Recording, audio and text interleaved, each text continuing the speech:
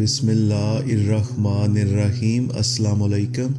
شمون نامی ایک آتش پرست حضرت حسن بصری رحمۃ اللہ علیہ کا پڑوسی تھا۔ ساری زندگی اس شخص نے آگ کی پوجا میں گزاری۔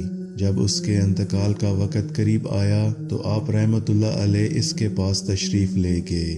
اس کا سارا جسم پوری زندگی آگ کی پوجا کی وجہ سے دھوئیں سے سیاہ ہو چکا تھا۔ آپ رحمۃ اللہ علیہ نے اس کی بھلائی کی خاطر اسے اسلام قبول کرنے کی دعوت پیش کی اور رب کی رحمت کی امید دلائی۔ اس نے عرض کی، میں 3 چیزوں کی وجہ سے اسلام سے دور ہوں۔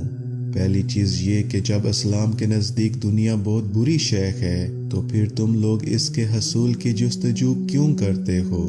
دوسری چیز یہ کہ موت کو یقینی تصور کرنے کے باوجود اس کے لیے تیاری کیوں نہیں کرتے؟ اور تیسری چیز یہ کہ تمہارے کہنے کے مطابق دیدار الہی بہت بڑی نعمت ہے، تو پھر تم دنیا میں اس کی مرضی کے خلاف کام کیوں کرتے ہو؟ حضرت حسن بصری رحمۃ اللہ علیہ نے اس کی بات سننے کے بعد ارشاد فرمایا، ان سب چیزوں کا تعلق تو اعمال سے ہے، عقائد سے نہیں۔ تم یہ تو غور کرو کہ آتش پرستی میں وقت ضائع کر کے تمہیں کیا حاصل ہوا؟ مومن ہوا جیسا بھی ہو، کم از کم اللہ عز و جل کے ایک ہونے کو تو تسلیم کرتا ہے۔ پھر آپ رحمۃ اللہ علیہ نے فرمایا، دیکھو تم نے 70 سال تک اس آگ کو پوجا ہے، اس کے باوجود ہم دونوں اگر آگ میں کودیں تو یہ ہم دونوں کو برابر جلائے گی، اور یقیناً تمہارا اس کی عبادت کرنا تمہیں نہیں بچا سکے گا، مگر ہاں میرے رب میں ضرور یہ طاقت ہے کہ اگر وہ چاہے تو یہ آگ مجھے ذرا برابر نقصان نہ پہنچا سکے۔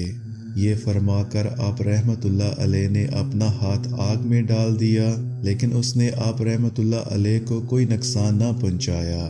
یہ دیکھ کر شمون بڑا متاثر ہوا، مگر اداس ہو کر کہنے لگا، میں 70 سال آتش پرستی میں مبتلا رہا، اب آخری وقت میں کیا مسلمان ہوں گا؟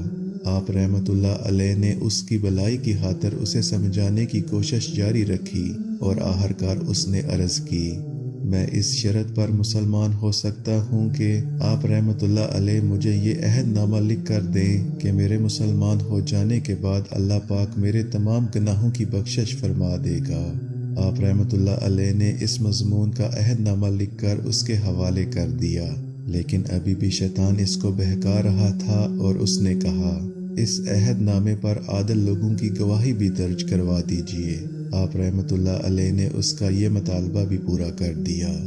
اس کے بعد وہ مسلمان ہو گیا اور وصیت کی کہ میرے مرنے کے بعد مجھے آپ رحمۃ اللہ علیہ خود غسل دے کر یہ عہد نامہ میرے ہاتھ میں تھما دیجیے گا، تاکہ یہ میدان محشر میں میرے مومن ہونے کا ثبوت بن سکے۔ یہ وصیت کرنے کے بعد اس نے کلمہ شہادت پڑھا اور اس کی روح جسم سے پرواز کر گئی۔ آپ رحمۃ اللہ علیہ نے اس کی وصیت پوری فرمائی۔ پھر اسی شب آپ رحمۃ اللہ علیہ نے خواب میں دیکھا کہ وہ بہت قیمتی لباس اور خوبصورت تاج پہنے جنت کی سیر میں مصروف ہے۔ آپ رحمۃ اللہ علیہ نے پوچھا، تجھ پر کیا گزری؟ اس نے عرض کی، خدائے پاک نے میری مغفرت فرما دی اور مجھے ایسے ایسے انعامات سے نوازا کہ میں بتا نہیں سکتا، لہٰذا اب آپ رحمۃ اللہ پر کوئی بار یعنی بوجھ نہیں، اور یہ عہد نامہ واپس لے لیجئے، کیونکہ اب مجھے اس کی حاجت نہیں۔ جب بیدار ہوئے تو وہ عہد نامہ آپ رحمۃ اللہ علیہ کے ہاتھ میں موجود تھا۔